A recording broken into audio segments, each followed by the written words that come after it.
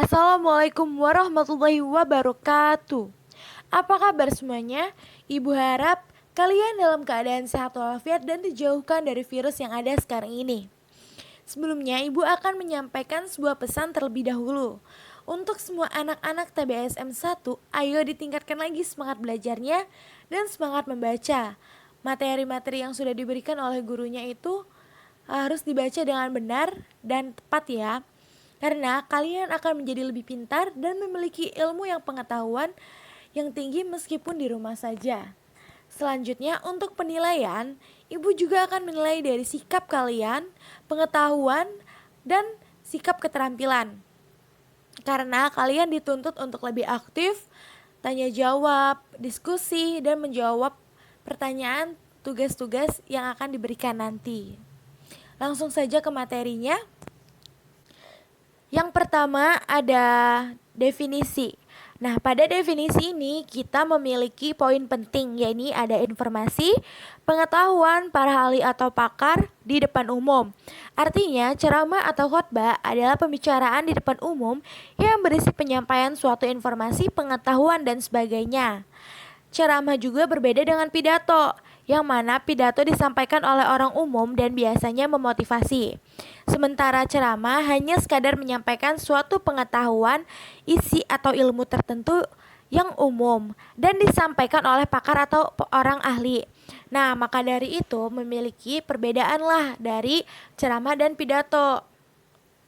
Pidato Pidato adalah pembicaraan di depan umum yang untuk menyatakan pendapatnya atau memberikan gambaran tentang suatu hal.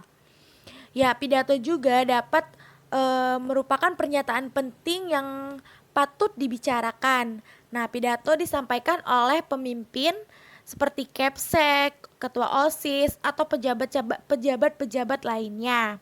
Sedangkan khotbah adalah pembicaraan di depan umum yang berisi penyampaian pengetahuan, nasihat, dan petunjuk-petunjuk yang biasanya berhubungan dengan keagamaan atau praktik beribadah dan ajakan-ajakan memperkuat iman. Dan khotbah juga bisa disampaikan oleh guru karena dituntut untuk para ahlinya. Baiklah anak-anak, di sini sudah Ibu identifikasi atau analisis teks ceramah. Bisa kalian lihat pada bagian pendahuluannya. Pada bagian pendahuluan di teks ceramah ada salam pembuka serta menyinggung terkait isi teks ceramah.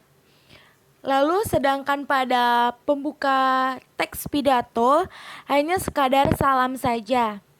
Lalu pada bagian isi juga bisa kita lihat pada teks ceramah menyertakan sebuah pernyataan atau bukti yang berupa nasihat atau ajaran petunjuk-petunjuk terkait temanya adalah sabar. Sedangkan pada isi contoh teks pidato itu hanya menyampaikan sebuah pendapat dan sebuah orasi saja. Lalu pada bagian penutupnya juga pada teks ceramah itu berupa kesimpulan dan salam penutup. Begitupun pada teks pidato, sebuah kesimpulan dan penutup. Yang pertama ada informasi berdasarkan fungsi, yaitu informasi yang bergantung pada materi dan juga kegunaan informasi. Yang termasuk informasi jenis ini adalah informasi menambah pengetahuan, misal tulisan tentang pergantian kurikulum, informasi edukatif, misal tuliskan tentang teknik belajar yang jitu, informasi yang menyenangkan, misal cerita pendek, karikatur, dan komik. Yang kedua, ada informasi berdasarkan format penyajian, yaitu informasi berbentuk penyajian informasinya. Penyajian yang dikenal pada media sosial berbentuk tulisan, foto, kartun, ataupun karikatur, sedangkan jika berbentuk tulisan dikenal dengan berita, artikel, karangan, karikatur. Ketiga, informasi berdasarkan lokasi peristiwa, yaitu informasi berdasarkan tempat kejadian peristiwa yang berlangsung. Dengan demikian, informasi dibagi menjadi informasi daerah, nasional, dan mancanegara. Keempat, informasi berdasarkan bidang kehidupan, yaitu informasi berdasarkan bidang-bidang kehidupan yang ada. Bidang-bidang yang dimaksud yaitu pendidikan, olahraga, musik, sastra, budaya, dan iptek. Yang kelima, informasi berdasarkan kepentingan dibagi menjadi 4, yaitu informasi yang menyangkut keselamatan atau kelangsungan hidup pembaca, informasi yang menyangkut perubahan dan berpengaruh pada kehidupan pembaca, informasi tentang cara atau kiat baru dan praktis bagi pembaca untuk meningkatkan kualitas hidupnya. Yang terakhir ada informasi tentang peluang bagi pembaca untuk memperoleh sesuatu. Nah, informasi-informasi tadi merupakan suatu bahasan yang akan disampaikan oleh penceramah atau seseorang yang akan ceramah. Selanjutnya ada unsur-unsur ceramah. Unsur-unsur ceramah ada penceramah yang pertama. Penceramah adalah seseorang yang melakukan kegiatan ceramah. Untuk menjadi penceramah, seseorang harus memiliki ilmu yang mumpuni terhadap materi yang diberikan kepada pendengar. Pendengar merupakan penerima nasihat dari penceramah.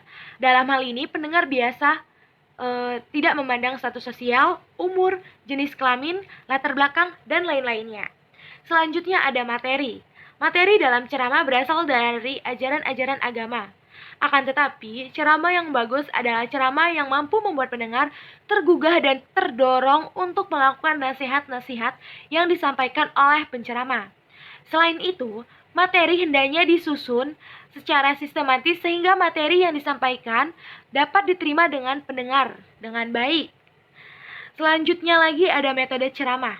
Metode ceramah adalah cara-cara yang digunakan seseorang yang akan ceramah untuk menyampaikan materi. Metode ceramah terbagi menjadi pertama ada impromptu, yakni metode ceramah yang tanpa persiapan. Biasanya penceramah hanya melakukan metode ini sudah memiliki jam terbang berceramah yang cukup tinggi. Lalu menghafal, yakni dilakukan dengan persiapan, kemudian menghafalnya. Lalu membaca naskah, yakni melakukan ceramah dengan naskah lengkap. Dan terakhir ada ekstemporer, yakni materi yang sudah disiapkan, dituliskan pokok-pokoknya, pikirannya sebagai catatan pengingat. Lalu media ceramah. Media ceramah adalah alat yang digunakan untuk menyampaikan materi kepada pendengar. Ceramah di zaman sekarang tidak hanya dilakukan di rumah ibadah, tapi juga bisa di mana saja, di banyak tempat.